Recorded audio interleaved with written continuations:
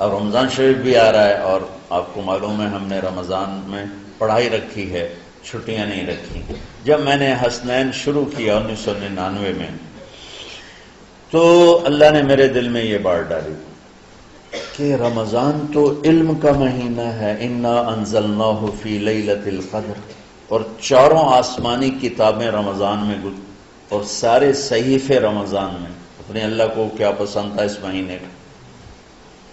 حضرت ابراہیم علیہ السلام پر چھوٹی کتابیں اتری یکم رمضان کو، حضرت موسیٰ علیہ السلام پر تورات اتری 2 رمضان کو، حضرت داؤد علیہ السلام پر زبور اتری 6 رمضان کو، حضرت عیسیٰ علیہ السلام پر انجیل اتری 12 یا 18 رمضان کو، اور اللہ کے نبی پر قرآن اترا فی لیلۃ القدر، لیلۃ القدر میں اترا۔ تو سارا آسمانی علم رمضان میں اترا۔ سارے مہینوں کے نام عربوں نے رکھے، محرم، صفر، ربیع الاول، ربیع الثانی، جمادی الاولی، جمادی الثانی، رجب، شعبان، رمضان، شوال، ذوالقعدہ، ذوالحج۔ اس میں جو رمضان ہے یہ نام اللہ نے رکھا، باقی مہینوں کے نام تو رکھے عربوں نے۔ پھر ان کی زبان پہ اللہ لایا رمضان، چونکہ ابھی تو دنیا بھی نہیں بنی تھی اور اللہ نے قرآن کی تلاوت فرمائی تھی، تو اس قرآن میں تھا شہر رمضان الذی انزل فیہ القرآن۔ تو رمضان کا نام اللہ نے پہلے سے چن رکھا تھا، پھر ان سے رکھوا دیا۔ رمضان کہتے ہیں رمض یرمز، جل جانا، جل جانا۔ رمضان کو رمضان کیوں کہتے ہیں؟ اس میں گناہ جل جاتے ہیں۔ مسلمان پہلا روزہ رکھتا ہے اور اس کے گناہ اللہ جلانا شروع کرتا ہے، اس کی بھوک پیاس کی آگ میں گناہوں کو ڈالتا ہے، جلاتا ہے۔ آخر 29 رمضان یا 30 رمضان آخری رات اللہ تعالیٰ اس کی پچھلے سال کے سارے گناہ معاف فرما دیتا ہے۔ تو اس کو اس سے تشبیہ دی گئی کہ جیسے جلنے سے چیز ختم ہو جاتی ہے، رمضان کے روزے کی بھوک اور پیاس کی تپش سے اللہ تعالیٰ پچھلے سال کے سارے گناہوں کو معاف فرما دیتا۔ تو مجھے خیال آیا اس وقت جب ابھی بالکل کزرع اخرج شطأہ تھا، ہمارے مدرسے کی مثال کزرع اخرج شطأہ، دعا کرو اللہ تعالیٰ فاستغلظ فاستوى علی سوقہ سے بنا دے۔ امید تو ہے کہ کچھ شکل اللہ نے بنا دی، اللہ اسے پوری دنیا میں پھیلا دے۔ میری تو تمنا ہے کہ ایک ایسی مثبت سوچ کے علماء کے اللہ میرے ذریعے سے تیار کروا دے جو امت کو جوڑنے والے ہوں، توڑنے والے ہوں۔ کتنا ظلم و ستم ہے کہ پیسے بھی لیتے ہیں اور امت کو توڑ کے چلے جاتے۔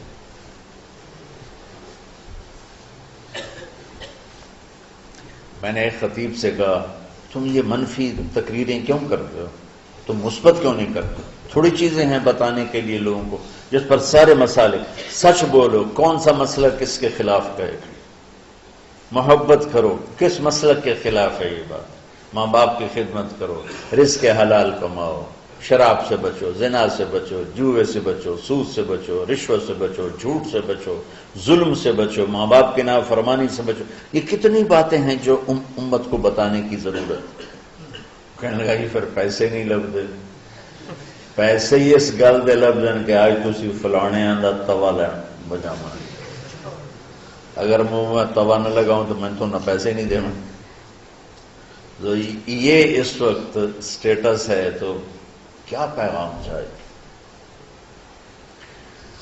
تو اللہ تعالیٰ آپ کو مثبت بنائے۔ رمضان میں چونکہ سارا علم اترا تو مجھے خیال آیا کہ ہمیں رمضان میں چھٹی کرنا تو ایک ایسی عادت ہے، کوئی سنت تو ہے نہیں، تو مجھے رمضان میں پڑھائی کروانی چاہیے، چاہے تھوڑی ہوگی، روزے کی بھوک بھی ستائے گی اور رات کے جاگنے کی وجہ سے نیند بھی ستائے گی، لیکن اس میں ایک لفظ سینکڑوں لفظوں پہ بھاری ہوگا غیر رمضان۔ تو میں کراچی گیا اور مفتی تقی صاحب دامت برکاتہم سے سب سے پہلے جا کے مشورہ کیا کہ حضرت میں چاہتا ہوں کہ رمضان میں چھٹی نہ ہو، پڑھائی ہو۔ اس وقت رمضان سردیوں میں تھا، تو وہ بڑے خوش ہوئے کہنے لگے یہ تو بہت اچھی بات ہے. اصل میں ہمارے اکابر نے رمضان میں چھٹیاں اس لیے رکھی تھیں کہ سارا سال تو عبادت ہوتی ہے بالواسطہ، پڑھنا پڑھانا عبادت ہے ایک واسطے کے ساتھ، اور روزہ، نفل، تہجد، تلاوت یہ عبادت ہے بلا واسطہ. تو طلبہ علماء رمضان میں اپنا وقت عبادت میں گزارے، لیکن اب وہ عبادت تو ہوتی نہیں رمضان میں، تو بہتر ہے آپ پڑھائی شروع کرائیں، بہت اچھا ہوگا. وہ تو اتنے بڑے ہاتھی کے پاؤں میں سب کا پاؤں، اتنی بڑی ہستی نے، وہ صرف پاکستان کا سرمایہ نہیں پوری امت کا سرمایہ ہے. تو ان کی اس بولنے نے مجھے ہمت دے دی. تو پھر میں نے یہاں آ کر اس وقت یہ پہلی جماعت مولوی عدنان صاحب کی اور مولوی مسعود صاحب اور کچھ انتقال کر گئے رحمۃ اللہ علیہ، یہ تھے. تو ہم نے رمضان میں سبق شروع، اس وقت ذرا میری ہمت تھی تو میں رات کو پڑھاتا بھی تھا، بیان بھی کرتا تھا. اب تو یہی میں اتنی مشکل سے بول رہا ہوں. تو ہم نے رمضان میں شروع کی کہ یہ رحمتوں کا مہینہ، ہر چیز کی برکت کا مہینہ، ہر شے کی اللہ کی طرف سے فراوانی اس میں ہے، علم کی بھی، ہدایت کی بھی، رزق کی بھی. غریب سے غریب آدمی بھی سموسے بنا کے بیٹھا ہوتا ہے، پکوڑے بنا کے بیٹھا ہوتا ہے، اور دسترخوان پہ ایک کی بجائے 3 چیزیں پڑی ہوتی ہیں. چاہے رمضان کے بعد سب کے پیٹ خراب ہوں، ایک باری تک کھانے کی تباہی پھیر دیں. روزے کا مقصد ہی فوت ہو جاتا ہے. روزہ تو ہوتا ہے بھوک کے لیے، پر وہ اتنا کھاتے ہیں کہ سحری کا کھانا افطاری تک ہضم نہیں ہوتا، اور افطاری کا کھانا سحری تک ہضم نہیں ہوتا. پر نہ تن کئی کھاونا کہتا بھوک نہ لگے، بھوک نہ لگے. وہ بھوک لگنے کے لیے تو روزہ ہے. ایک تو یہ جسم کو صاف کرتا ہے، دوسرا غریبوں کی غربت کا احساس پیدا کرتا ہے کہ جو بھوک تو آج برداشت کرتا ہے، غریب روزانہ یہ بھوک برداشت کرتا ہے. تو اللہ کے غریب بندوں کو کی خدمت کر، ان تک اپنے مال پہنچا، اپنا اللہ نے دیا ہے تو ان کو بھی اس میں شریک کر، قبر میں لے جائے گا. تو اللہ تعالیٰ نے میرے دل میں یہ ڈالا تو ہم نے تعلیم رمضان میں شروع کی، کیونکہ قرآن رمضان میں اترا، انجیل رمضان میں اتری، زبور رمضان میں اتری، تورات رمضان میں اتری. پھر اللہ نے اس مہینے کا نام خود رکھا شہر رمضان، شہر رمضان. اس میں شب قدر رکھی، اس میں رات کی ایک نماز. اچھا، پہلی امتوں پہ روزہ فرض تھا افطاری سے افطاری، افطاری سے افطاری، بہت شدید تھا، 24 گھنٹے کا روزہ. بس افطاری کے بعد آنکھ لگ جاتی تو روزہ اگلا شروع ہو جاتا. تو ہم پر بھی پہلے ایسے ہی روزہ اترا، افطاری سے افطاری. تو ابن سرمہ رضی اللہ تعالی عنہ اونٹ چرانے والے تھے، وہ شام کو لوٹے تو بیوی سے پوچھا کوئی افطاری کا سامان ہے؟ انہوں نے کہا ہے تو نہیں، میں کہیں سے لے آتی ہوں.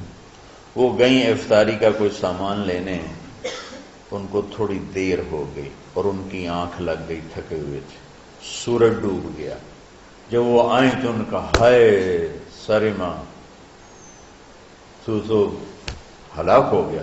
کہ کیا ہوا؟ کہ اگلا روزہ شروع ہو کیونکہ تیری آنکھ لگ گئی.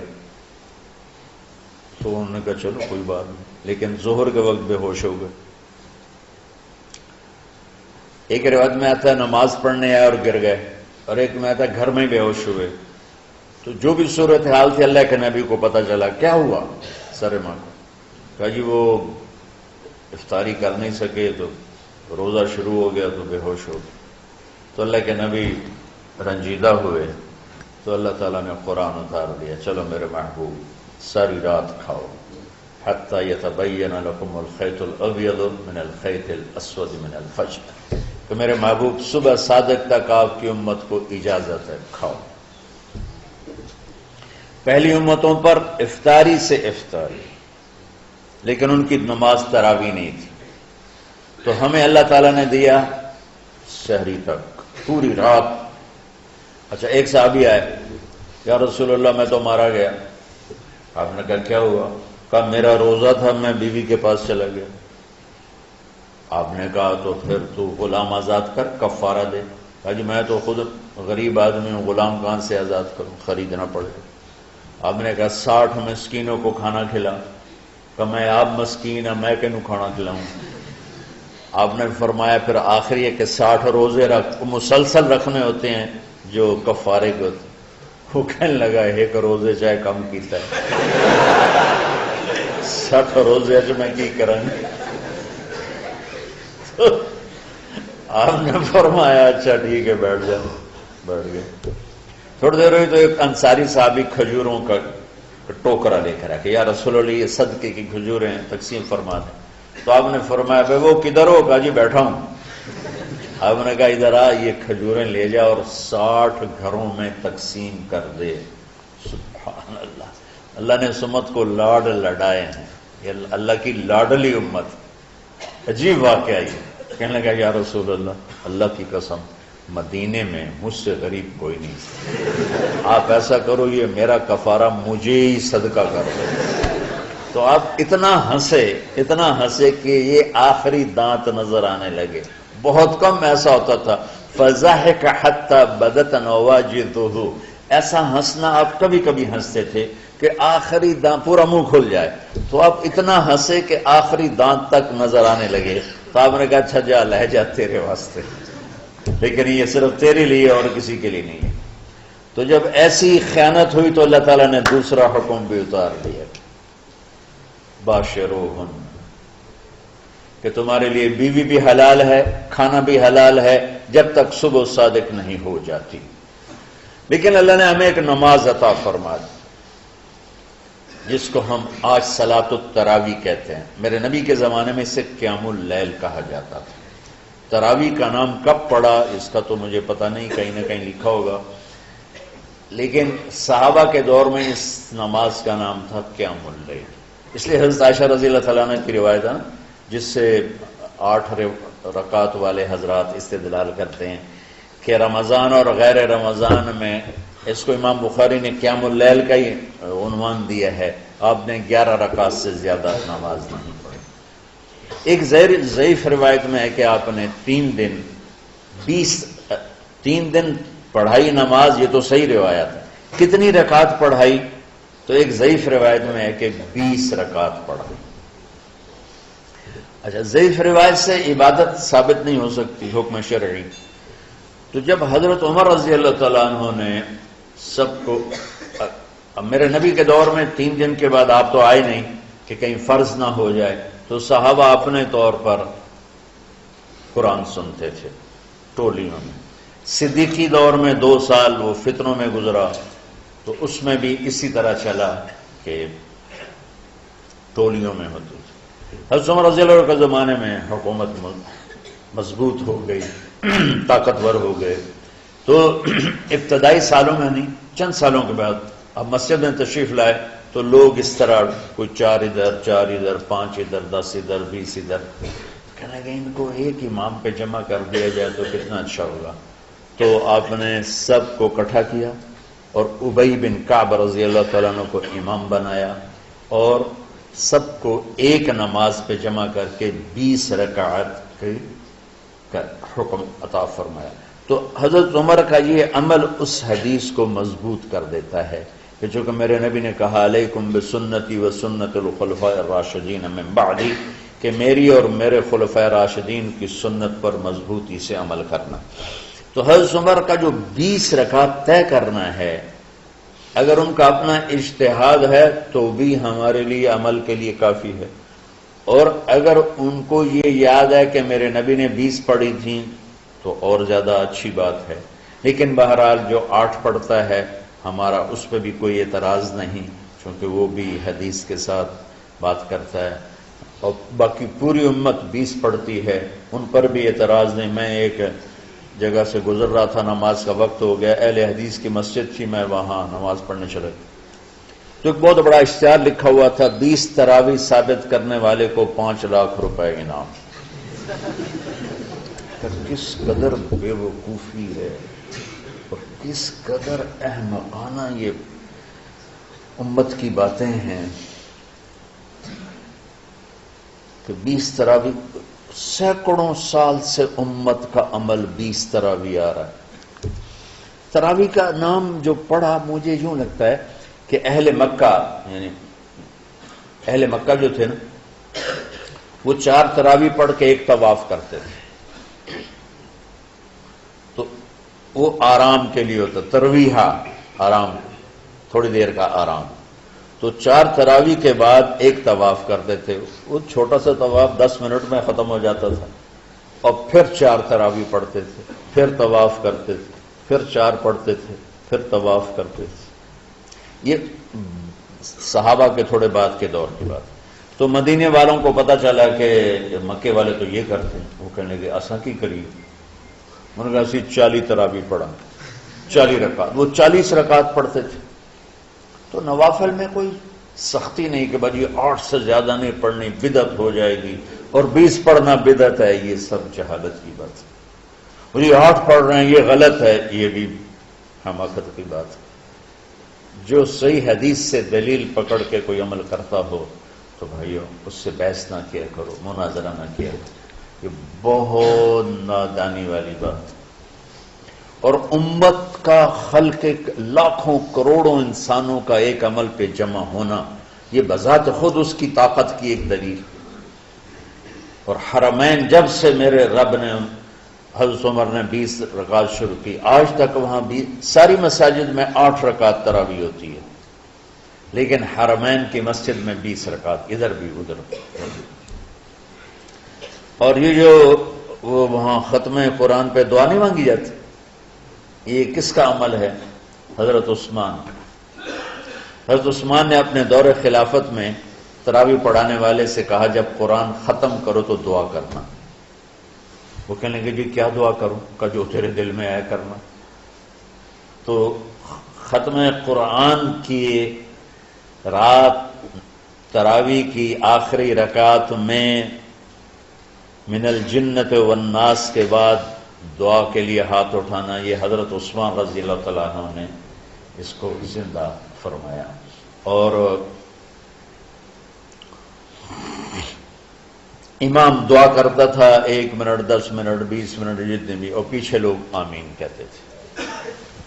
وتر کی جماعت نہیں ہوتی تھی، وتر کو باجماعت حضرت مولا علی رضی اللہ تعالیٰ عنہ نے شروع کی کہ وتر کو بھی باجماعت پڑھا جائے۔ تو یہ ان کی سنت ہے کہ وتر کو باجماعت پڑھا گیا۔ تو اب یہ لہٰذا یہ سارے سنت جو کام ان خلفاء راشدین سے ہوا وہ بھی سنت ہے۔ تو اللہ نے ہمیں ایک عبادت دے دی کہ میرا قرآن پڑھو اور سنو۔ پہلی امتوں کو تراویح کیوں نہیں تھی یا قیام اللیل کیوں نہیں تھا؟ کہ ان کو اپنی کتاب یاد ہی نہیں ہوتی تھی، وہ اپنی کتاب کے حافظ نہیں ہوتے تھے، وہ اپنی کتاب یاد ہی نہیں کر سکتے تھے، صرف نبی کو یاد ہوتی تھی۔ اللہ نے ہمارے لیے کتنا آسان کر دیا کہ 7 سال کے یہ چھوٹے چھوٹے بچے قرآن یاد کر رہے ہیں، 70 سال کا بوڑھا قرآن یاد کر رہا ہے۔ یہیں یہ مولوی یوسف صاحب کا ساتھی تھا، یا پتہ نہیں ان سے پہلے تھا، سلمان، مولوی سلمان، آج کل امریکہ میں ہوتے ہیں، ہماری ایک شاخ چلا رہے ہیں۔ وہ شروع میں یہاں تھے، تو یہاں تراویح پڑھانے کے لیے ہمارے پاس حافظ کوئی نہیں تھا، وہ حافظ نہیں تھے، وہ صبح بیٹھ کے شام تک ایک سپارہ یاد کرتے اور رات عشاء کی نماز میں سنا دیتے، 30 دن میں قرآن یاد کر کے سنا دیتے۔ مطلب یہ سنی سنائی بات نہیں، ہمارے اسی حسنین، اسی ممبر اور محراب کی بات کہ یہیں اسی مسجد میں انہوں نے صبح سے مغرب تک یاد کرتے تھے اور پھر عشاء میں کھڑے ہو کے سنا دیتے تھے۔ پیچھے ہوتے تھے لقمہ کوئی دینے والا شاید، لیکن بہت خوبصورت پڑھ کے ایک دن میں یاد کر کے سنا دیا۔ اور ایک مجھے نام بھول گیا، 3 دن میں قرآن یاد کیا، 10 سپارے ایک دن میں یاد کیے، 10 دوسرے دن میں یاد کیے، 10 تیسرے دن میں یاد کیے۔ وَلَقَدْ يَسَّرْنَاهُ لِلذِّكْرِ وَلَقَدْ يَسَّرْنَا الْقُرْآنَ لِلذِّكْرِ فَهَلْ مِن مُدَّكِرٍ۔ تو اللہ تعالیٰ نے اس کو نصیحت کے لیے بھی آسان کیا ہے اور یاد کرنے کے لیے بھی آسان کیا ہے۔ کوئی کتاب پہلے یاد نہیں ہوتی تھی کسی کو، ماشاءاللہ تم میں کتنے حفاظ بیٹھے ہوئے اللہ کے فضل سے۔ اور جب میں ذرا ہمت میں تھا تو میں 3 دن میں قرآن سنتا تھا تراویح میں، 10 سپارے ایک رات میں، 10 سپارے اس سے اگلی 10 اس سے، پھر ہفتہ ہو گیا، پھر 10 دن ہو گئے، پھر اب 15 دن ہو گئے ہیں، اب 20 دن بھی ہو جاتے ہیں۔ شروع میں 3 دن میں، اور یہی ہمارے مدرسے کے بچے جو مجھے سناتے تھے اور ماشاءاللہ کہیں نہیں اٹکتے تھے۔ ایک تو اسلام آباد میں ہوتا ہے اور ایک اب جنید ہے وہ امریکہ میں ہوتا ہے۔ تو اللہ تعالیٰ نے اس طرح، اور ادھر اور کراچی میں اشعار لگے ہوتے ہیں، 10 دن میں قرآن ختم، 1 ہفتے میں قرآن ختم، یہ وہاں اشتہار لگے ہوتے ہیں، بھائی آپ ہمارے پاس آ کے تراویح پڑھیں، ہم ہفتے میں قرآن ختم کر دیں، ٹھیک ہے۔ تو اللہ نے ہمیں رات کی نماز عطا فرمائی، اور چونکہ یہ ایک مشقت ہے تو میرے نبی نے کہا یہ رات کی نماز کے ہر سجدے پر 1500 نیکی لکھی جاتی، 1500 نیکی لکھی جاتی، اور اللہ تعالیٰ ہر سجدے پر جنت میں ایک محل بناتا ہے جس کے 60,000 سونے چاندی کے دروازے ہوتے ہیں، اور ایک درخت اس کے لیے لگاتا ہے جس کے نیچے 100 سال گھوڑا دوڑ سکتا ہے۔ تو رمضان کا اہتمام آپ رجب سے شروع فرما دیتے تھے۔ میرے نبی نے 9 رمضان دیکھے، 9 رمضان اپنی زندگی میں، 9 رمضان۔ 10ویں رمضان سے پہلے آپ اللہ کے پاس تشریف لے گئے۔ آپ کی زندگی میں روزے فرض ہونے سے آپ کی وفات تک 9 رمضان گزرے، اور میں قربان جاؤں اپنے نبی پر، اپنی امت پہ کیسی شفقت تھی۔ آپ سحری کھاتے تھے بالکل آخری وقت، ادھر بلال اذان دے رہا ہے اور ادھر آپ آخری لقمہ کھا رہے ہیں، اور ادھر سورج نیچے ہوا اور آپ کھجور منہ میں۔ ایک آدمی اوپر کھڑا ہوتا تھا مدینے میں تو وہ چھت پہ، گھر کی چھت پہ کھڑا ہوتا تھا، سفر میں ہے تو وہ کسی پہاڑی پہ کھڑا ہوتا تھا، جو ہی سورج کا کنارہ نیچے جاتا اب فوراً وہ کہتا یا رسول اللہ قد غربت، تو آپ کھجور منہ میں ڈال لیتے تھے، یا پانی، کبھی پانی سے افطار فرماتے تھے، کبھی کھجور سے افطار فرماتے تھے، کہ میری امت پہ بھوک کا وقت کم سے کم آئے۔ آج کل جو یہ ہمارے افطاری کے اوقات ہیں، یہ سورج ڈوبنے کے بھی 2-2.5 منٹ بعد کے ہیں کہ احتیاطاً، ٹھیک ہے چلو احتیاط کر لو کوئی مسئلہ نہیں، لیکن اصل ہے ادھر چونکہ اب سورج ہمیں نظر ہی نہیں آتا ہے، اس طرح ہم گھرے ہوئے ہیں شہروں میں، دیہاتوں میں بھی اب اس طرح کا ماحول ہے کہ وہ نظر نہیں آتا ہے، تو بہتر کہ ادھر سورج غائب ہو ادھر لقمہ منہ میں جائے، لیکن یہ تب ہے جب آپ نظر آ رہا ہو۔ اب جب آپ یہاں بیٹھے ہو حسنین میں تو یہاں تو کوئی سورج نظر نہیں آئے گا، یہاں تو مینار ہی نظر آئے گا، تو لہذا احتیاط تھی۔ ہمارے اہل حدیث بھائی وہ 2 منٹ پہلے ہم سے افطار کرتے ہیں، وہ بڑی اچھی بات ہے کہ سورج کے غروب ہونے کا جو اصل وقت ہے اس کے ساتھ ہی افطار کرنا۔ اور سحری میں ایک واقعہ سناتا ہوں، آپ سحری کھا رہے تھے، بکرے کی سری پکی ہوئی تھی، تو مولا علی رضی اللہ تعالیٰ عنہ اور رباز بن ساریہ رضی اللہ تعالیٰ عنہ آپ کے ساتھ کھانا کھا رہے تھے، تو حضرت بلال ہے، یا رسول اللہ وقت ختم ہو گیا ہے، میں اذان دینے جا رہا ہوں، آپ برائے مہربانی کھانا پینا بند کریں، اور یہ کہہ کر چلے گئے۔ چھت، ایک انصاری عورت تھی، اس کے گھر کی چھت پہ چڑھ کے اذان دیتے تھے، چڑھنے لگے تو پھر واپس آئے کہ دیکھوں اللہ کے نبی نے کھانا چھوڑ دیا یا نہیں، آ کے دیکھا تو وہ کھا رہے تھے، انہوں نے کہا یا رسول اللہ واللہ لقد اصبحت، یا رسول اللہ اللہ کی قسم سحری کا وقت ختم ہو گیا، صبح ہو گئی، تو آپ نے ہاتھ پیچھے کر لیا، کہہ رہے تیرا بھلا ہو بلال، ابھی وقت باقی تھا، تیرے قسم کھانے پر اللہ نے اس کو پہلے نکال دیا کہ تیری قسم کہیں جھوٹی نہ پڑ جائے۔ تو حضرت علی نے فرمایا کہ اگر بلال قسم نہ کھاتے تو جب تک میرے نبی کھاتے رہتے صبح صادق نہیں ہونی تھی، تو بالکل آخری وقت میں آپ کھاتے تھے تاکہ کم سے کم وقت امت پہ بھوک کا آئے۔ تو اللہ تعالیٰ آپ کے علم میں برکت دے۔ رمضان علم کا مہینہ ہے، سونے کا نہیں ہے، کھانے کا نہیں ہے، سموسے پکوڑے کا نہیں ہے، رمضان علم کا مہینہ۔ تو پھر بیچ میں گرمیاں آ گئیں تو بچے، آج کل کی جوانیاں ڈالڈا گھی کی ہیں، تو وہ ان کی ہمتیں ہی پست ہو گئیں، راتیں چھوٹی ہو گئیں، گرمی زیادہ ہو گئی، اور ادھر بجلی کی لوڈ شیڈنگ، تو طلبہ کی ہمتیں جواب دے گئیں۔ تو پھر ہم نے مجبور ہو کر رمضان میں چھٹیاں کر دیں۔ چلو ٹھیک ہے بھائی، باقی چھٹی کر۔ تو اب جب دوبارہ تھوڑا سا موسم ٹھنڈک کی طرف گیا اور رات کچھ تھوڑی لمبی ہونے لگی تو ہیں اس کے بارے میں سمجھ لیں، تو صاحب کا بتا رہے ہیں ابھی تو ٹھنڈ نہیں، مئی میں روزے آ رہے ہیں نا، گرمی تو ہے لیکن وہ جون والے روزے تو نہیں ہیں، جون کے روزے۔ آپ لوگ جوانوں، میرے جیسا کوئی آدمی کرے عذر بہانا تو ٹھیک ہے۔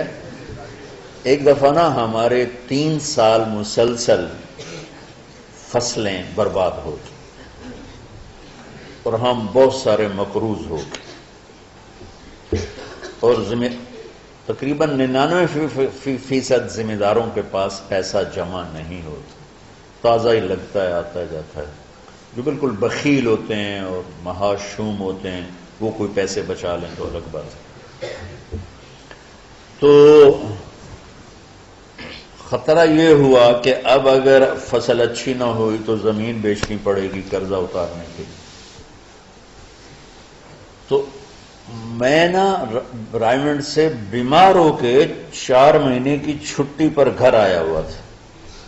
پہلی دفعہ مجھے 4 مہینے کی چھٹی ملی، یہ 86 کی بات۔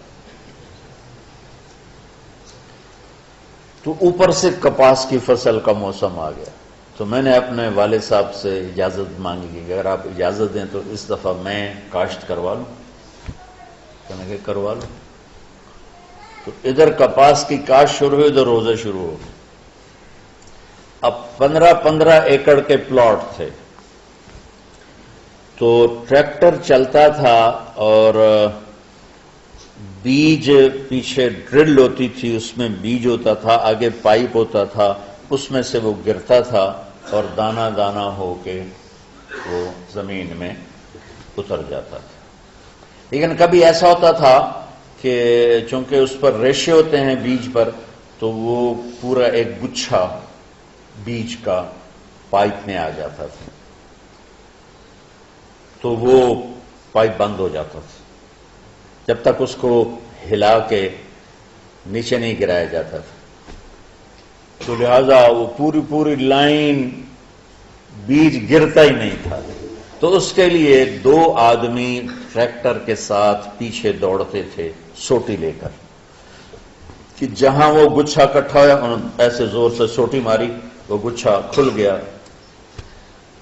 میرے ملازم روزے کے بغیر ہوتے تھے، میں روزہ رکھ کے 15 ایکڑ دوڑتا تھا جون میں، مئی میں، اور میں نوکروں پہ اعتبار نہیں کرتا تھا کیونکہ معاملہ تو بہت حساس ہو چکا تھا کہ یا ادھر یا ادھر ایسا سیزن آ رہا ہے۔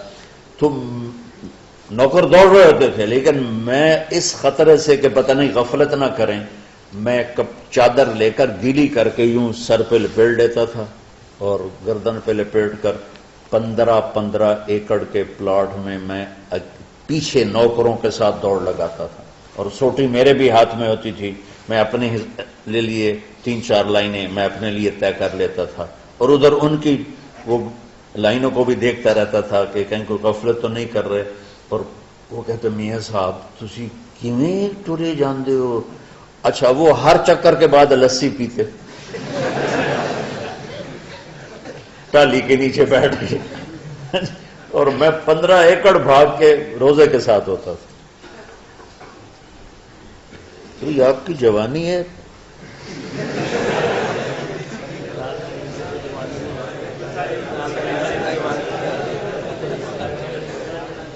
تو اللہ نے میرے جی میں ڈالا کہ اب دوبارہ، بلکہ تمہارے استادوں کے جی میں یہ بات آئی، مجھ سے تو صرف انہوں نے پوچھا کہ اب دوبارہ اس طرح کر دیں، تو میں نے کہا ضرور کر دو کہ رمضان میں دوبارہ تعلیم شروع ہو۔ شب قدر اس میں ہے، اللہ کا عرش پہلے آسمانوں پر ہے، سارا دن ساری رات اللہ کے اعلان ہو رہے ہیں، کوئی بخشش چاہنے والا، کوئی معافی چاہنے والا، کوئی رزق چاہنے والا، کوئی ہدایت چاہنے والا، کوئی شفا چاہنے والا، اور فرشتوں کے اعلان ہو رہے ہیں، بھلائی کرنے والے آگے بڑھ، برائی کرنے والے بس کر دے۔ تو جو رحمت رمضان میں، میرے نبی نے فرمایا اگر میری امت کو پتہ چل جائے کہ رمضان کیا ہے تو یہ تمنا کریں گے کہ کاش سارا سال ہی رمضان ہو۔ تو بچوں، آپ خوش قسمت ہیں کہ آپ کا جو رمضان ہے وہ علم کی طلب میں ہے۔ اس میں اگر آپ سوئے بھی ہوگے نا تو آپ کو وہ اجر ملے گا جو نفلیں پڑھنے والے کو بھی نہیں ملے گا۔ میں صحیح کہہ رہا ہوں۔ ایک شخص آیا کہ یا رسول اللہ، اب دیکھو آپ اللہ کے راستے میں ہو، آپ اللہ کے راستے میں ہو۔ ایک شخص آیا، یا رسول اللہ کیا میں کچھ مال خرچ کر کے اللہ کے راستے میں جانے والے کا اجر لے سکتا ہوں؟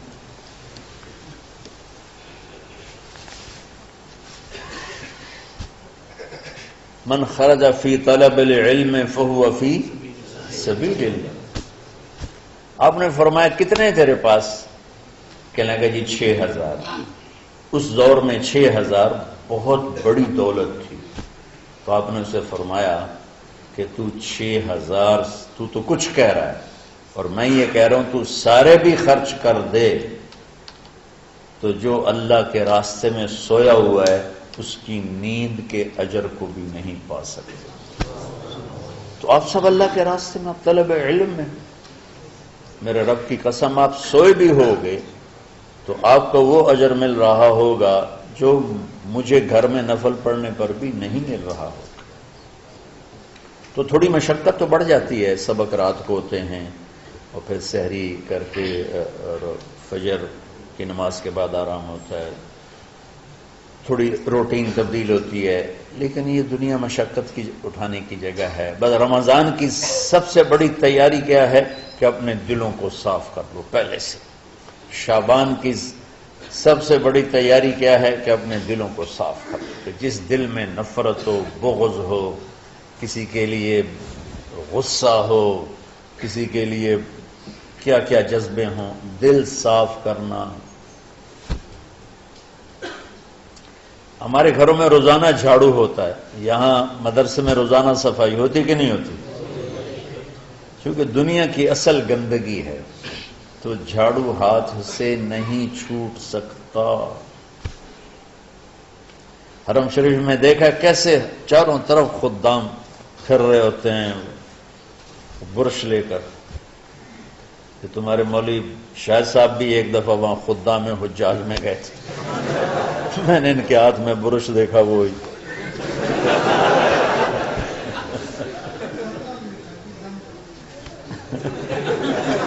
وہ حرم ہی ہے۔ کون سا سن تھا؟ 97۔ تو دل پہ غبار ایسے آتا ہے جیسے صحن میں غبار آتا ہے، دل پہ گندگی ایسے آتی ہے جیسے صحن میں آتی ہے۔ تو ہم نے نظام بنایا ہوا ہے، لوگ وہ کر رہے ہیں، وہ روزانہ جھاڑو دیتے ہیں۔ تمہارا دل ایک آنگن ہے، ایک صحن ہے، اس میں بغض، نفرت، حسد، پتہ نہیں کیا کیا گندگیاں آئیں گی اور آتی رہیں گی۔ بچوں ایک کام کرو، جھاڑو پکڑ لو، صاف کرو۔ یا اللہ معاملہ تجھ سے کرنا ہے، لوگوں سے نہیں۔ کسی نے برا کہا، کسی نے غیبت کی، کسی نے گالی دی، کسی نے دھکا دیا، کسی نے حق مارا، کسی نے کچھ کیا، یا اللہ تیرے سپرد، میں نے اپنے دل کو سب سے صاف کیا، میں نے اپنے دل کو سب سے صاف کیا۔ یہ اتنی بڑی عبادت ہے کہ بڑے بڑے نفلوں والے، تہجد والے، حج عمرے روزے والے تمہیں نہیں پکڑ سکیں، کیونکہ اس کا کرنے والا دنیا میں کوئی نہیں۔ نفل پڑھنے والے تو بے شمار ہیں، عمرے کرنے والے بے شمار ہیں، علماء بے شمار ہیں، حاجی بے شمار ہیں، سخاوت کرنے والے بے شمار ہیں، لیکن اس ٹکڑے کو صاف کرنے والا لاکھوں میں ایک بھی نہیں۔ مشکل کام، آپ یہ سیکھ لیں، صاف کرو، صاف کرو، صاف کرو۔ یہ رمضان کی سب سے بڑی تیاری اور علم کو حاصل کرنے کی سب سے بڑی چابی ہے کہ اپنے دل کو کھلا کر لو۔ کوئی چیز خالی ہوگی تو کچھ آئے گا۔ جس دل میں بغض بھرا ہو، نفرت بھری ہو، حسد بھرا ہو، کینہ بھرا ہو، اس میں خاک آئے، اس میں تو علم کی ایک کرن بھی نہیں آئے گی۔ اس زبان سے چاہے جتنے مرضی موتی بکھیرے، دل اس کا اندھا ہوگا۔ لا تعمى الابصار ولكن تعمى القلوب التي في الصدور۔ یہ آنکھوں سے اندھے نہیں، دل سے اندھے ہیں۔ تو بچوں، اپنے دل کو صاف کرنا سیکھو۔ وہ کتنی مشہور حدیث ہے، آپ نے کہا اس دروازے سے ایک جنتی آ رہا ہے۔ ایک انصاری صحابی داخل ہوئے، جوتا ہاتھ میں، داڑھی میں وضو کا پانی۔ اگلے دن اس دروازے سے ایک جنتی آ رہا ہے، تو ایک صحابی آئے، ہاتھ میں جوتا، داڑھی میں وضو کا پانی۔ وہی صحابی اگلے دن اس دروازے سے ایک جنتی آ رہا ہے، تو وہی صحابی 3 دن جنت کی بشارت لیے ہیں۔ اس صحابہ کی جماعت میں ایک شخص ہیں جن کا نام ہے عبداللہ بن عمرو بن عاص۔ ان سے بڑا عبادت گزار صحابہ میں کوئی نہیں تھا، نہ سابقین میں نہ متاخرین میں، نہ پہلوں میں نہ بعد والوں میں۔ ان کی عبادت کیا تھی؟ ساری رات جاگنا، سارے دن کا روزہ، اور ایک ختم قرآن صبح سے شام۔ اتنی اللہ نے طاقت دی تھی۔ پھر وہی غلوب والی بات آ گئی، ایکسٹریم ہونے والی بات آ گئی۔ ان کی شادی والی رات حجلہ عروسی میں داخل ہو رہے ہیں، دلہن کے کمرے میں داخل ہو رہے ہیں، اور مصلی بچھا کے اللہ اکبر، اور دیر نفل تے نفل، دیر نفل تے نفل۔ تو ان کی بیگم نے دیکھا تو وہ بھی خیر کا زمانہ تھا، انہوں نے بھی وضو کیا اور پیچھے مصلی بچھا کے وہ بھی فجر تک نفل پڑھتے رہے۔ صبح ہوئی تو حضرت عمر بن عاص رضی اللہ عنہ نے پوچھا، بیٹی رات کیسی گزری؟ کہا جی ماشاءاللہ آپ کے بیٹے تو بڑے عبادت گزار ہیں، ساری رات نفلوں میں ہی گزری۔ تو وہ ان کو شکایت کر دی۔ حضرت عمر بن عاص کو اتنا غصہ چڑھا، وہ بیٹے کو تو کچھ نہیں کہا، کتنی حکمت کی بات ہے، سیدھے گئے اللہ کے نبی کے پاس، یا رسول اللہ یہ عبداللہ دیکھیں کیسا نادان ہے، اس کی شادی کی ساری رات نفل پڑھتا رہا۔ تو آپ کہتے ہیں ماشاءاللہ ماشاءاللہ کتنی بڑی بات ہے، نفلوں میں گزر گئی، رات بھی نفلوں میں گزر گئی۔ جیسے بعض وہ تبلیغ والے کہتے ہیں بچے کی ٹانگ ٹوٹ گئی پھر بھی گشت نہیں چھوڑا۔ کیسے احمقانہ باتیں کرتے ہیں۔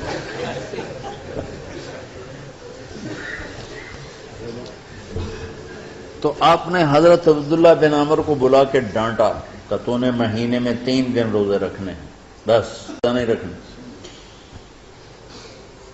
اور ہفتے میں 1 قرآن ختم کرنا ہے۔ کہا یا رسول اللہ میرے اندر طاقت زیادہ ہے۔ پھر اچھا 15 دن روزے رکھنے، یعنی میرے اندر طاقت زیادہ ہے۔ آپ اس کو تھوڑا تھوڑا کر کے گھٹاتے رہے، اور وہ ہر دفعہ نہیں یا رسول اللہ میرے اندر طاقت زیادہ ہے۔ تو آخر میں آپ نے کہا اچھا چلو 100 میں داؤدی پہ آ جاؤ، 1 دن روزہ رکھو، 1 دن افطار کرو، اور 3 دن سے پہلے قرآن ختم نہیں کرنا۔ تو آپ نے اس کو پیچھے کیا۔ یہ بیٹھے تھے اس محفل میں، ان کے دل میں آیا کیا یہ بزرگ مجھ سے زیادہ عبادت کرتے؟ رات میں ساری جاگتا ہوں، دن روزہ رکھتا ہوں، ایک ختم کرتا ہوں، تو جنت کی بشارت تو مجھے ملنی چاہیے تھی، ان کو کیسے مل رہی ہے؟ یہ کسی کتاب میں نہیں لکھا کہ یہ ان کا جذبہ تھا، لیکن جو کہ میں ان کی سیرت کو جانتا ہوں تو مجھے خیال آتا ہے کہ ان کی نفسیات میں یہ بات آئی ہوگی، چونکہ صرف انہی کو خیال آیا کہ میں جا کے دیکھتا ہوں کہ یہ بزرگ کیا کرتے ہیں، تو ان کے پاس پہنچ گئے۔ چاچا، ذرا وہ ادھیڑ عمر تھے، چاچا وہ میرے ابا تھوڑے ناراض ہیں تو کچھ دن آپ کے پاس گزارنا کا، بیٹا بسم اللہ آ جاؤ۔ اب رات ہوتے ہی عشاء کی نماز پڑھ کے انہوں نے جلدی سے چادر اوپر لی اور یوں سراغ کر کے ان چاچے کو دیکھنے لگے کہ اب یہ کیا ساری رات سجدہ کرے گا اور ساری رات روتے روتے روتے روتے مصلی گیلا ہو جائے گا، یا ساری رات رکوع کرے گا، ساری رات قیام کرے گا، ساری رات قرآن پڑھے گا، اس تصور سے یوں دیکھ رہے۔ اور وہ بزرگ صحابی تشریف لائے، سرانے پہ سر رکھا، اللہم بسمک اموت و احیا، ہو گئے۔ اب یہ دیکھ رہے ہیں ابھی اٹھیں گے، ابھی اٹھیں گے، ابھی اٹھیں گے، فجر کی اذان پہ اٹھے۔ اب یہ تو حیران پریشان ہو گئے کہ یہ کیا ہو؟ اس زمانے میں تو منافق تہجد نہیں چھوڑتے تھے ڈر کے مارے کہ پتہ نہ چل جائے ہمارے کفر کا، تو یہ چاچا جنت بھی لے گیا تو ستا بھی پیا کہ چلو کل دیکھوں گا۔ اگلی رات پھر چادر سر پہ کر کے اور یوں سوراخ کر کے لیٹے ہوئے اور دیکھ رہے۔ چاچا پھر تشریف لے اور سرانے پہ سر رکھا، اللہم بسمک اموت و احیا، ہو گئے۔ فجر کی اذان پہ اٹھے، یہ اور پریشان ہو گئے کہ میرا نبی کا فرمان تو سچا ہے، اس میں تو شک بھی کفر ہے، لیکن عمل کیا ہے جس پر اس کو جنت کی بشارت ملی؟ 2 رکعت نفل بھی نہیں۔ اور آج کے دور میں تم میں سے ماشاءاللہ اکثر بچے تہجد پڑھتے ہیں کہ ایک رات اور دیکھوں گا، تیسری رات اللہم بسمک اموت و احیا، ساری رات۔ تو تیسری رات پھٹ پڑے عبداللہ بن عمر، کہنے لگے چاچا میری ابا سے کوئی لڑائی نہیں تھی، 3 دن میں تیرے بارے میں سنتا رہا، جنتی جنتی جنتی، میں دیکھنے آیا تھا کہ آپ کیا کرتے ہیں، آپ تو کچھ بھی نہیں کرتے ہو، ساری رات سوتے رہتے، اب کیا کرتے ہو؟ میں کہا بیٹا یہی ہے جو تم نے دیکھا ہے۔ اب ان کو سمجھ میں نہیں آ رہا کہ یہ جوڑ کیسے بٹھاؤں، ادھر جنت کی بشارت، ادھر ساری رات خراٹے، اب یہ اس میں جوڑ کیسے بٹھاؤں؟ نبی کی بات تو غلط ہو نہیں سکتی۔ تو اب وہ نا ایسے نا بڑے بے دل سے ہو کر واپس مڑے، پتہ نہیں کی چکر ہوئے گی کوئی گل۔ جب وہ دروازے تک پہنچے تو کہنے لگے بیٹا ادھر آنا، واپس آ گئے۔ اب میں تمہیں اصل راز کی بات بتاتا ہوں کہ کیا ہے کیا ہے۔ تو یہاں ہاتھ رکھا، کہا یہ جو دل ہے نا اس میں کسی انسان کی نفرت نہیں۔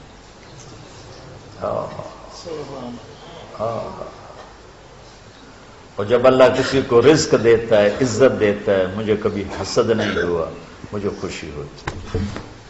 تو عبداللہ بن عمر نے کہنا تھا ہاں یہ بات ہے، نہیں، ان کو ہاذا ہوا، اچھل کے کہنے لگے ہاذا ہوا، ہاں ہاں ہاں ہاں یہی ہے یہی ہے یہی ہے۔ پھر کہنے لگے چاچا پر یہ میرے بس کا نہیں ہے، کون کرے گا یہ؟ اتنے بڑے آدمی ہو کر کہہ رہے ہیں کہ یہ میرے بس کا نہیں۔ تو بچوں، دنیا میں جنتی بننا ہے اور علم اللہ سے لینا ہے تو اسے صاف کر دو، سب کی نفرت سے سب۔ اس نے مجھے یہ کیوں کہا، اس نے مجھے یوں کیوں دیکھا، اس نے میرے بارے میں یوں کیوں کہا، اس نے میرے بارے میں یہ کیوں لکھا۔ جس کی تعریف ہوتی میری کتنی برائی ہوتی، صرف تعریف تو نہیں، بھرا پڑا سوشل میڈیا مجھے گالیاں دوں۔ اللہ کے فضل سے میرے دل میں ایک ذرے کے برابر کبھی کوئی منفی جذبہ نہیں آیا، آئے تو میں دھو کے صاف کر دیتا ہوں، کہ اللہ میں نے اپنے دل کو صاف کیا، میرا معاملہ تیرے ساتھ ہے، کسی کے ساتھ نہیں۔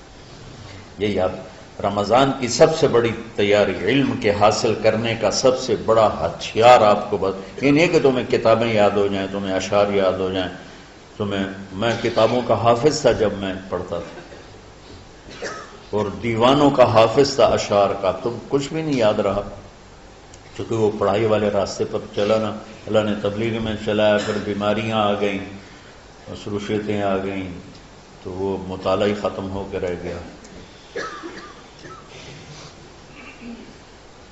وہ پچھلی پینشن پر ہی گزارا ہو رہا ہے۔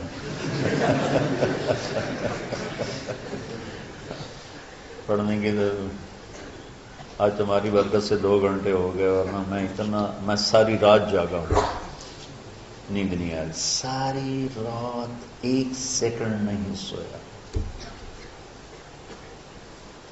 فجر پڑھنے کے بعد ہلکا سا ناشتہ کر کے لیٹا تو بھی 6:30 بجے کے بعد کہیں مجھے نیند آئی، 10 بجے میں پھر اٹھ گیا کہ مجھے آپ کے پاس آنا تھا، تو میرے بدن کا جوڑ دکھ رہا تھا، میرے خیال تھا 1 گھنٹہ بات کر کے فارغ ہو جاؤں گا، لیکن 2 گھنٹے اللہ نے آپ کی روحانیت متوجہ ہوتی رہی، اس کی طفیل اللہ نے بات کہلوا دی۔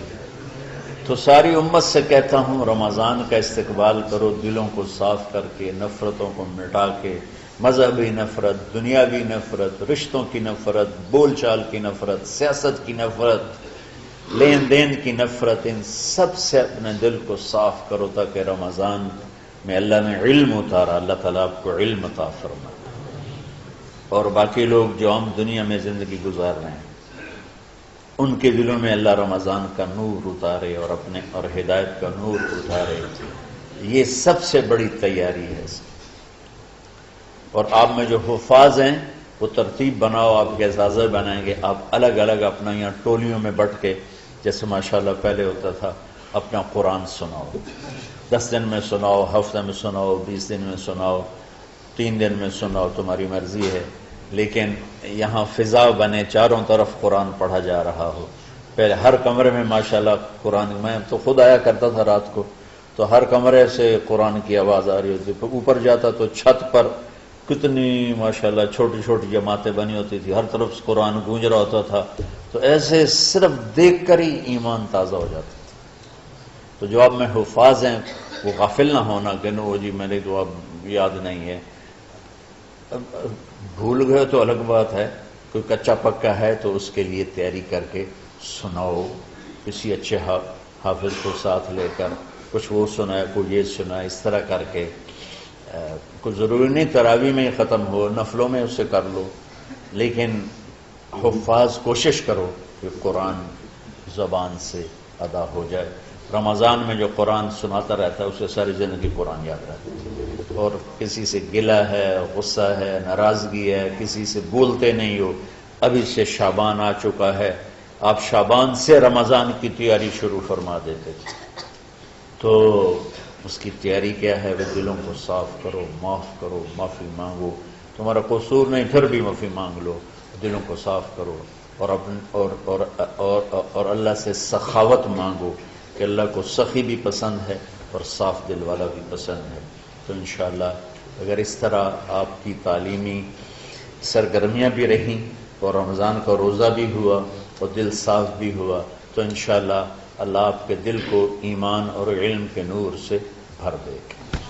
سارے بچے اس کی نیت کرتے ہیں۔ اللهم لك الحمد كما أنت أهله وصل على محمد كما أنت أهله وافعل بنا ما أنت أهله إنك أهل التقوى وأهل المغفرة ربنا آتنا في الدنيا حسنة وفي الآخرة حسنة وقنا عذاب النار ربنا اصرف عنا عذاب جهنم إن عذابها كان غراما ربنا ما خلقت هذا باطلا سبحانك فقنا عذاب النار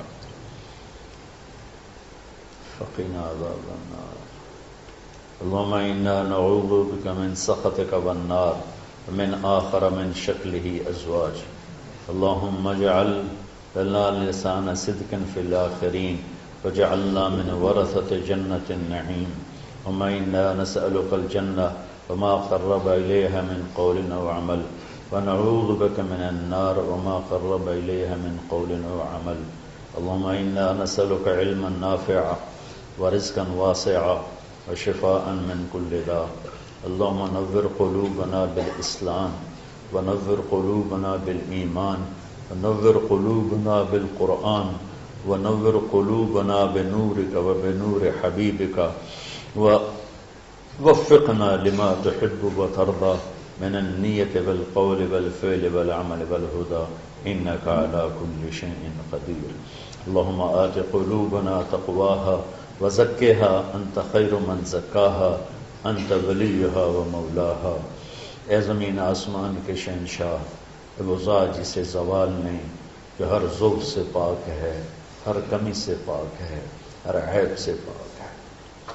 ہم تیرے ضعیف بندے، کمزور بندے، عیب دار بندے، گناہوں میں ڈوبے ہوئے بندے اور مختلف عوارض کا شکار تیرے بندے تیری بارگاہ میں جھولی پھیلاتے ہیں، ہاتھ پھیلاتے ہیں.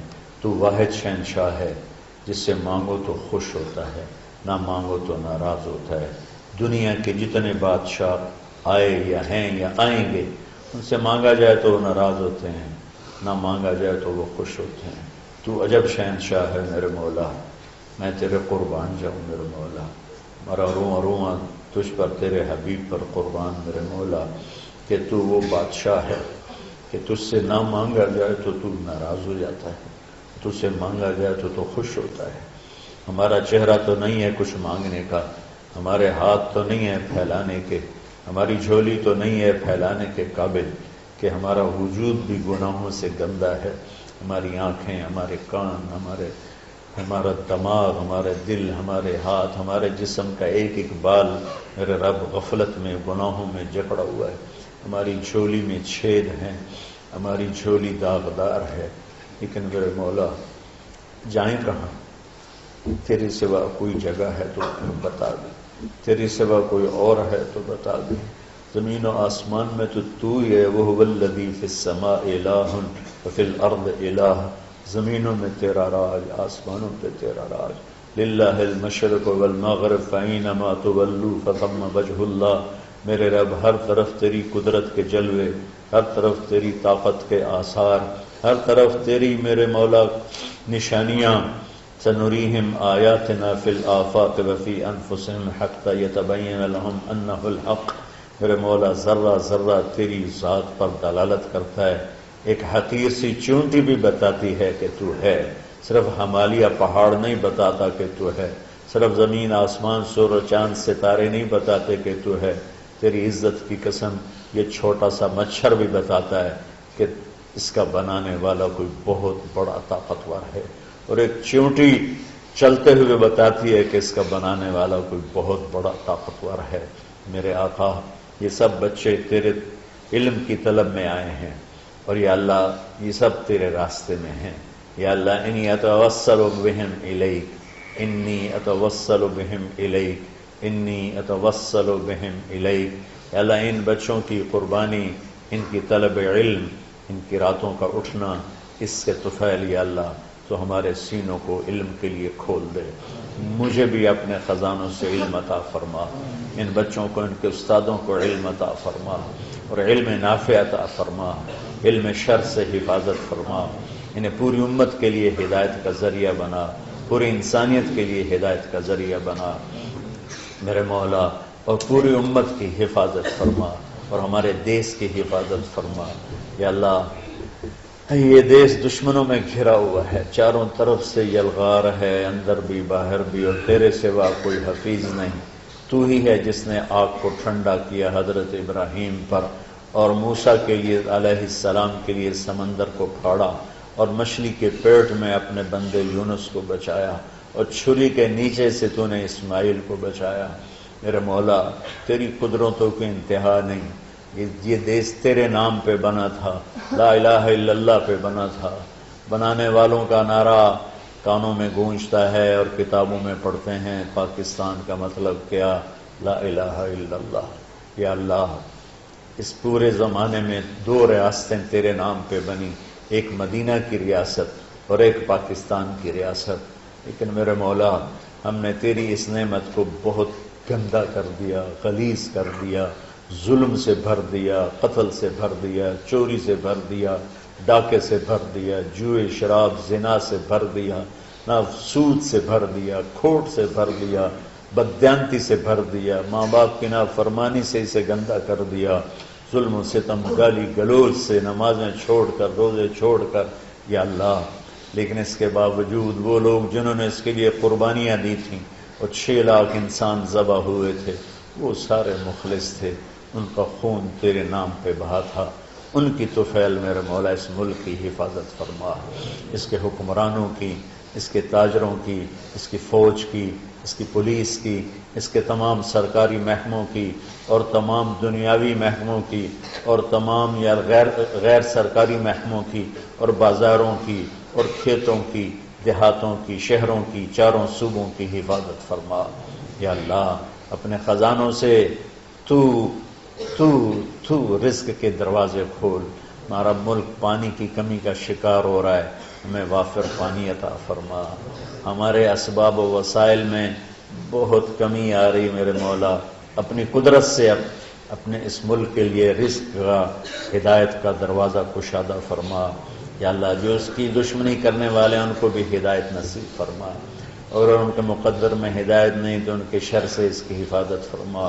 جتنے مدارس ہیں، جتنی خانقاہیں ہیں، جتنے تبلیغی مراکز ہیں، جتنے حفظ کے مکاتب ہیں، ان سب کی حفاظت فرما۔